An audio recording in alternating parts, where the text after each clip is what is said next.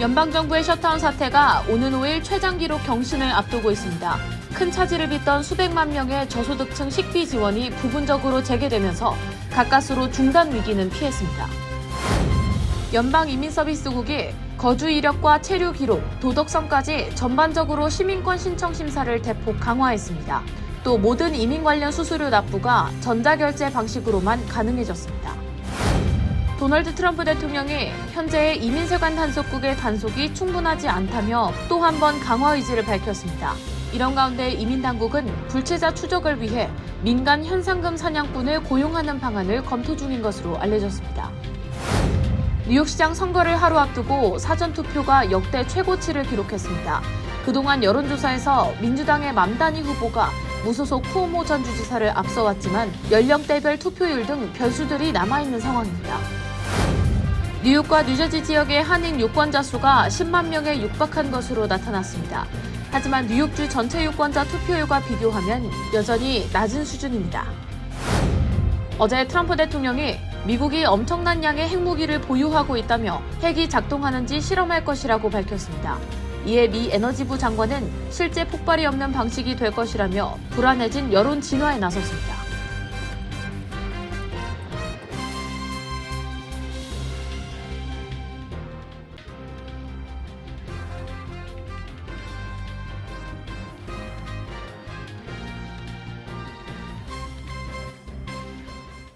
안녕하십니까? KBTV 뉴스9 이정원입니다. 연방정부의 셧다운 사태가 한 달 넘게 이어지며 오는 5일 최장 기록 경신을 앞두고 있습니다. 항공 대란이 연일 이어지자 교통부 장관은 불가피할 경우 용공을 폐쇄할 수도 있다고 경고했습니다. 한편 큰 차질을 빚던 수백만 명의 저소득층 식비 지원은 법원 명령에 따라 부분적으로 재개되면서 중단 위기를 가까스로 피했습니다. 오늘의 첫 번째 소식 김은지 기자가 전해드립니다. 연방정부 셧다운이 34일째 접어들면서 트럼프 행정부가 결국 영양보충 지원 프로그램의 일부 금액을 지급하기로 했습니다. 오늘 농무부는 로드아일랜드 연방법원에 제출한 서류에서 비축된 긴급자금 52억 달러를 투입해 11월분 급여의 절반을 기존 수급자에게만 지급하겠다고 밝혔습니다. 이 결정은 법원이 11월 5일까지 최소 절반의 혜택을 지급하라고 명령한 데 따른 것으로 추가 자금 확보는 당분간 불가능하다고 농무부는 설명했습니다. 현재 스냅은 미 전체 인구의 8명 중 1명꼴로 약 4,200만 명이 이용 중입니다. 지원이 중단되면서 전국 푸드뱅크에는 무료 식료품을 받으려는 행렬이 이어졌습니다. 트럼프 대통령은 법원의 판결 이후 스냅을 합법적으로 지원할 방법을 명확히 해달라며 민주당이 예산안을 처리하지 않아 사태가 장기화됐다고 주장했습니다. 한편 항공교통 분야도 마비 위기에 놓였습니다. 숀 더피 교통부 장관은 CNBC와의 인터뷰에서 안전이 확보되지 않으면 미국의 영공 전체를 폐쇄할 수 있다고 경고했습니다. 현재 필수 인력인 항공관제사 13,000여 명이 무급 상태로 주 6일 이상 근무 중이며 일부는 병가를 내고 근무를 거부하면서 항공편 지연이 급증했습니다. 지난달 30일 하루에만 7,300편이 지연, 1,200편 이상이 취소됐습니다. 이와 함께 트럼프 행정부의 관세 정책으로 인해 올해 연말 추수감사절과 크리스마스 시즌을 앞두고 미국 소비자들의 선물 지출 부담이 커질 것이라는 분석도 나왔습니다. CNBC는 현 수준의 관세가 유지될 경우 소비자 1인당 약 132달러의 추가 지출이 예상된다고 보도했습니다. 경제 불안이 커지는 가운데 트럼프 행정부의 지지율은 37% 수준에 머무르고 있습니다. 셧다운이 오는 5일까지 이어질 경우 이번 사태는 미 역사상 가장 긴 셧다운으로 기록될 전망입니다. KBTV 뉴스 김은지입니다. 연방이민서비스국이 시민권 신청서 심사를 대폭 강화했습니다. 거주 이력과 체류 기록, 도덕성까지 전반적인 검증이 강화되면서 허위 사실이 드러날 경우 영주권까지 박탈될 수 있습니다. 또 모든 이민 관련 수수료 납부가 전자결제 방식으로만 가능해졌습니다. 더 깐깐해진 시민권 심사 내용 신영주 기자가 짚어봤습니다. 뉴욕에 기반한 이민 전문 매체인 랩욕에 따르면 최근 연방이민서비스국은 시민권 신청서의 심사 강도를 높였습니다. 연방이민서비스국은 시민권은 영주권을 취득했다고 자동으로 부여되는 것이 아니며 처음부터 자격이 없었거나 허위 또는 은폐 사실이 드러날 경우 추방 절차로 이어질 수 있다고 밝혔습니다. 심사에서 가장 중점적으로 확인하는 부분은 최근 5년 동안의 연속 거주와 물리적 체류 기록입니다. 일반 신청자는 5년, 시민권자 배우자를 통한 신청자는 3년 동안 미국 내 거주를 입증해야 하며 전체 기간의 절반 이상을 실제로 미국에 머문 사실을 증명해야 합니다. 6개월 이상 해외에 체류했을 경우에는 연속 거주 요건이 끊긴 것으로 간주돼 주택 소유와 고용, 세금 납부, 가족 체류 기록 등의 추가 증빙 자료가 요구됩니다. 또한 이민서비스국은 신청자의 도덕성을 평가한다고 밝혔습니다. 최근 5년 동안 범죄나 세금 체납, 양육비 미지급, 위증, 불법 투표 등의 기록이 있을 경우 시민권이 거부될 수 있으며 18세에서 26세 남성이 병역 의무 등록을 하지 않은 경우도 결격 사유로 적용됩니다. 과거 결혼이나 취업 비자를 통한 영주권 취득 과정에서 허위 진술이나 서류 조작이 적발되면 시민권 신청이 거부될 뿐만 아니라 이민세관 단속국에 통보돼 영주권 박탈과 추방 절차로 이어질 수 있습니다. 한편 이민서비스국은 지난달 28일부터 모든 이민 수수료 납부를 전자결제 방식으로만 받는다고 밝혔습니다. 이에 따라 수표나 머니오더로는 더 이상 납부할 수 없습니다. 새 규정에 따르면 영주권이나 비자 신청서를 종이로 접수하더라도 반드시 은행 계좌 자동 이체나 신용카드 또는 데비카드를 통해 결제해야 합니다. 해외 은행 계좌는 사용할 수 없으며 미국 내에서 발급된 카드만 인정됩니다. 이번 전자결제 의무화는 H1B, I-129, I-539, I-765, I-485 등 거의 모든 이민 관련 신청서에 적용되며 국무부가 담당하고 있는 해외 학생 비자, F1 비자는 예외입니다. 이번 조치는 F1B 고용주, 유학생, 동반 가족, 후원자, 변호사 등 기존 수표 납부자 대부분에게 직접적인 영향을 주고 있습니다. KBTV 뉴스 신영주입니다. 도널드 트럼프 대통령이 현재 이민세관 단속국의 단속이 충분하지 않다며 현재보다 강화된 수준과 군 병력 투입까지 불사하겠다고 밝혔습니다.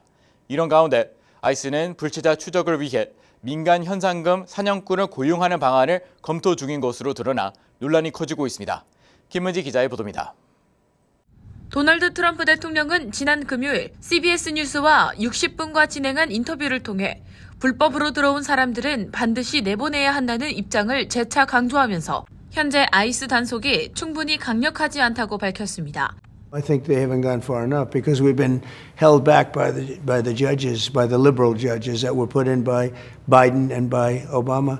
그는 현재 단속 방식과 범위에 만족하지 않는다면서도 최루가스 사용, 차량 유리 파손, 민가 진입 등 전술적 접근에 대해서는 괜찮다고 언급했습니다.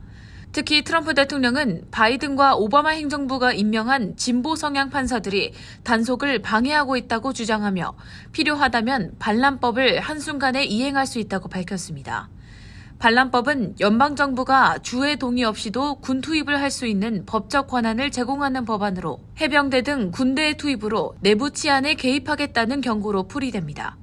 이번 발언은 이민, 불법 체류자 단속에 대한 강경 기조를 다시 한번 드러낸 것이자 단순히 정책 방향이 아니라 실제 집행 방식까지 포함해서 언급했다는 점이 특징이며 앞으로 더 강경한 집행을 예고했다는 것으로 해석됩니다. 최근 트럼프 대통령은 내부 치안과 불체자 추방에 박차를 가하기 위해 국방부에 특수부대 창설을 지시하고 연방이민 단속국 지휘부에 대규모 인사 재배치를 준비하고 있습니다. 이런 가운데 독립언론 인터셉트가 인수한 조달 문서에 따르면 아이스는 민간업체에 불법 체류자 정보를 묶음 단위로 넘겨 불체자들의 위치를 추적하고 체포 실적에 따라 보너스를 지급하는 이른바 성과 기반 단속 프로그램 시행을 검토 중입니다. 문서에는 한 번에 10,000명씩 최대 100만 명까지 대상을 위탁할 수 있으며 특정 기간 내 목표 단속 대상자의 90% 이상을 찾아내면 추가 보상을 지급할 수 있다는 내용이 포함됐습니다. 이처럼 민간 기업에 단속을 많이 할수록 보너스를 지급하겠다는 발상은 사생활 침해와 무작위 추적 가능성, 그리고 잘못된 인물을 체포할 가능성 등 심각한 인권 논란을 불러일으킬 수 있다는 또 다른 논란을 빚을 것으로 예상됩니다. KBTV 뉴스 김은지입니다. 뉴욕시장 선거를 하루 앞두고 사전투표가 역대 최고치를 기록했습니다. 그동안의 여론조사에서는 민주당의 조란 맘다니 후보가 무소속 앤드루 코모 전 주지사를 앞서왔지만 연령대별 투표율 등 변수들이 남아있어 결과를 예단하기는 어렵다는 분석입니다. 첫 무슬림 시장의 탄생일지 아니면 복귀를 노리는 정치 베테랑의 반전일지 본선을 하루 앞둔 뉴욕시장 선거에 그 어느 때보다 뜨거운 관심이 쏠리고 있습니다. 신영주 기자가 전해드립니다. 뉴욕타임스는 뉴욕시 선거관리위원회의 자료를 인용해 지난달 25일부터 이달 2일까지 진행된 사전투표 참여자가 73만 5천 명으로 집계됐다고 전했습니다. 이는 대통령 선거가 아닌 선거 중 역대 최고치로 2021년 당시 17만 명 수준이었던 사전투표자보다 4배 이상 증가한 수치입니다. 젊은 유권자들의 참여도 눈에 띕니다. 35세 미만 10만 명 이상이 투표소를 찾으면서 사전투표자의 나이 중간값이 50세로 낮아졌다고 뉴욕타임스는 전했습니다. 2022년 주지사 선거 때 55세 이상이 대부분이었던 것과는 대조적입니다. 이번 선거는 민주당 조란 맘다니 후보와 무소속 앤드루 쿠오모 전 뉴욕 주지사의 대결로 치러집니다. 맘다니 후보는 지난 6월 예비선거에서 쿠오모 전 주지사를 제치고 민주당 후보로 선출됐으며 생활비 부담 완화 등 서민 중심 공약을 내세워 지지를 넓혀가고 있습니다. 그는 버니 샌더스 상원의원, 알렉산드리아 오카시오 코르테스 하원의원 등 미국 민주사회주의자 진영의 전폭적인 지원을 받고 있습니다. 이런 가운데 버락 오바마 전 대통령이 최근 맘다니 후보에게 전화를 걸어 선거운동을 인상 깊게 지켜봤다고 격려했다고 뉴욕타임스는 보도했습니다. 오바마 전 대통령은 결과와 상관없이 조언자 역할을 하겠다는 뜻을 전한 것으로 알려졌습니다. 퇴임 후 지방선거 개입을 자제해온 오바마 전 대통령의 이번 행보는 맘다니 후보의 상승세를 반영한 것으로 해석되고 있습니다. 두 사람의 통화는 약 30분간 이어졌으며 주거비 완화 정책에 대한 의견도 나눈 것으로 전해졌습니다. 한편 예비선거 이후 각종 여론조사에서 맘다니 후보가 쿠오모 전 주지사보다 앞서는 결과가 이어지고 있지만 연령대별 투표율이 변수로 지목되고 있습니다. 뉴욕타임스 분석에 따르면 조기 투표는 상대적으로 고령층 비중이 높았고 본선 당일에는 젊은 층의 참여 규모가 판세를 좌우할 수 있다는 전망이 나옵니다.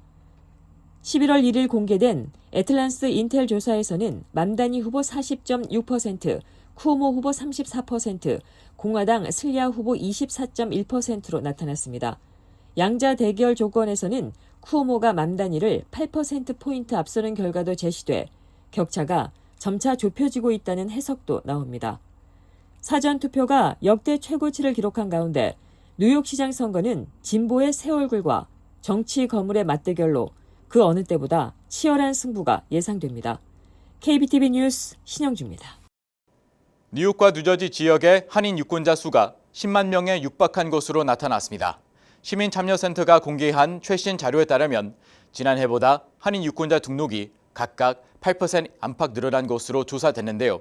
하지만 뉴욕주 전체 유권자 투표율과 비교하면 여전히 10%포인트가량 낮은 수준으로 한인 사회 투표 참여를 더욱 높여야 한다는 지적이 나오고 있습니다. 신영주 기자가 전해드립니다. 시민참여센터가 11월 4일 본선거를 앞두고 공개한 자료에 따르면 2024년 11월 대통령 선거를 기준으로 뉴욕주의 한인 등록 유권자는 5만 3,896명으로 집계됐습니다. 이는 지난해보다 8.54% 증가한 것입니다. 뉴저지의 한인 등록 유권자도 꾸준히 늘고 있습니다. 올해 등록 유권자는 4만 941명으로 2023년 3만 8,161명보다 7.28% 증가했습니다. 두 지역을 합치면 총 9만 4,837명으로 곧 10만 명 돌파가 머지않았습니다. 정당별로 보면 뉴욕은 민주당 등록이 54%로 가장 많았습니다. 이어 무당층이 30%, 공화당이 14%로 뒤를 이었습니다. 반면 뉴저지는 무당층이 45%로 가장 많았습니다. 그 다음으로는 민주당이 40%, 공화당이 15% 순으로 조사됐습니다. 한인 유권자들의 투표율도 상승했습니다. 지난해 대선 기준 뉴욕의 투표율은 55.6%, 뉴저지는 56.3%로 나타났습니다. 이는 2023년 본선거 때보다 각각 43.5%포인트, 35.4%포인트가 높아진 것입니다.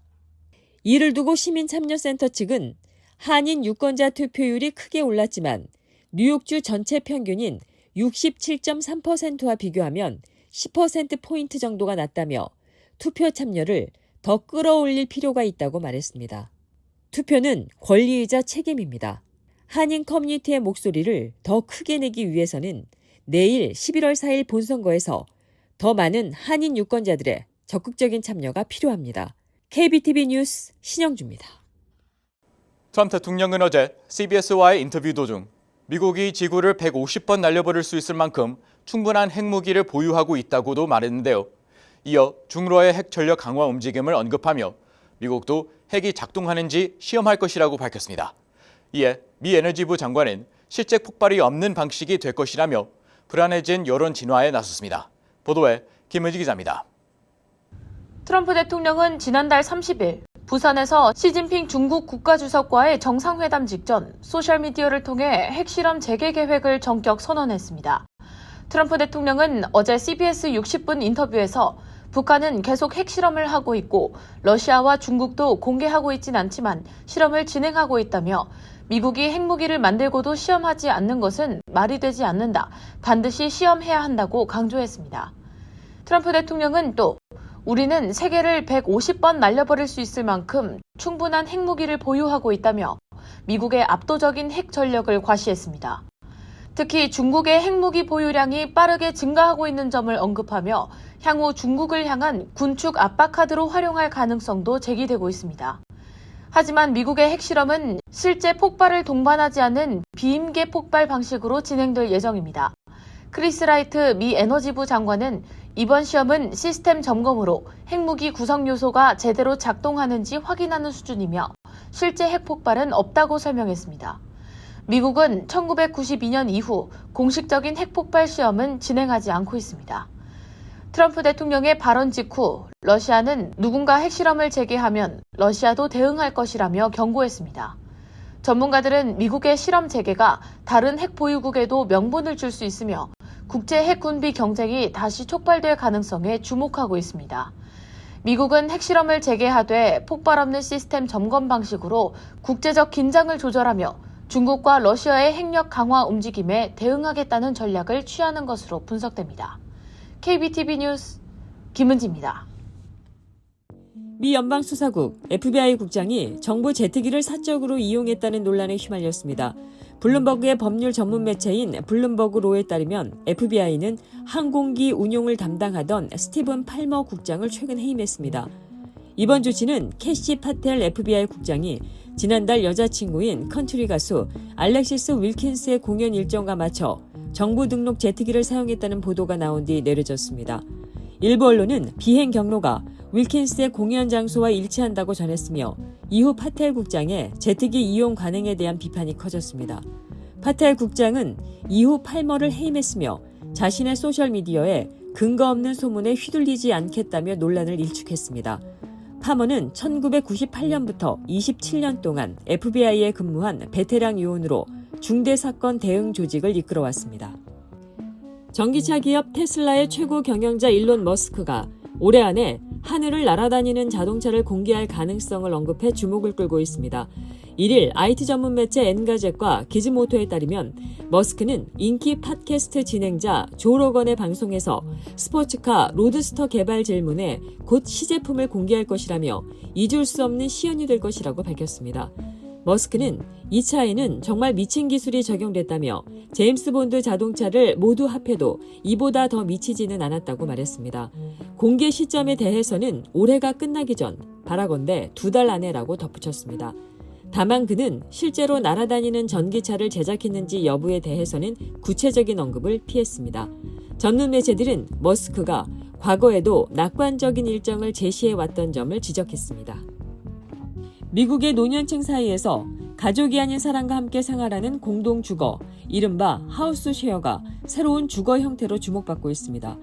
월스트리트저널은 최근 보도를 통해 동반자와의 정서적인 교류를 원하거나 주거비 부담을 줄이려는 노인들이 혈연이 아닌 사람과 집을 나누는 방식을 선택하고 있다고 전했습니다.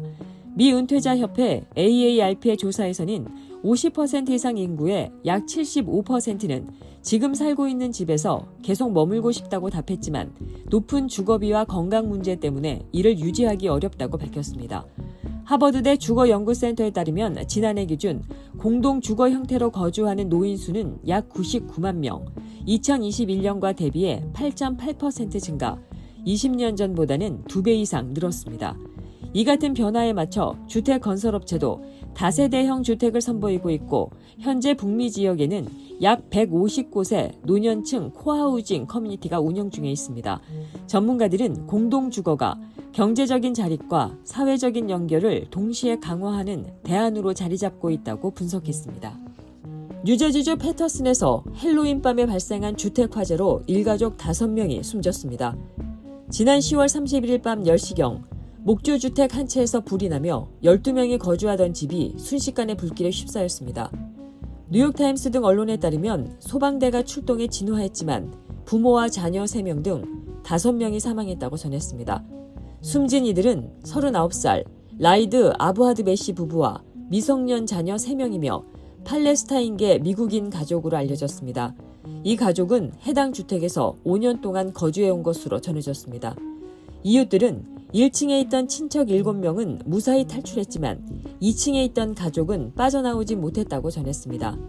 당시 한 목격자는 연기를 보고 헬로윈 파티의 일부인 줄 알았다가 불길이 번지자 911에 신고한 것으로 알려졌습니다. 경찰과 소방당국은 현재 화재 원인을 조사하고 있습니다. 잠시 후 커뮤니티 브리핑을 전해드립니다.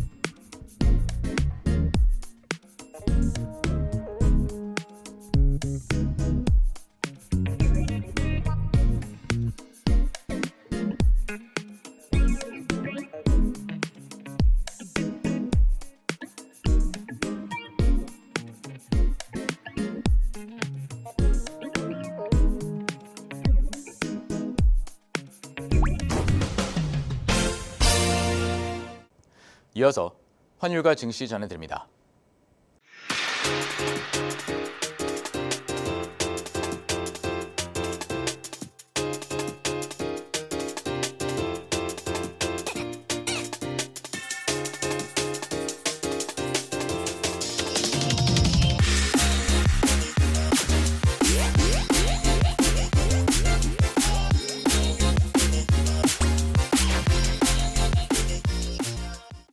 잠시 후 뉴욕과 뉴저지 날씨 전해드립니다.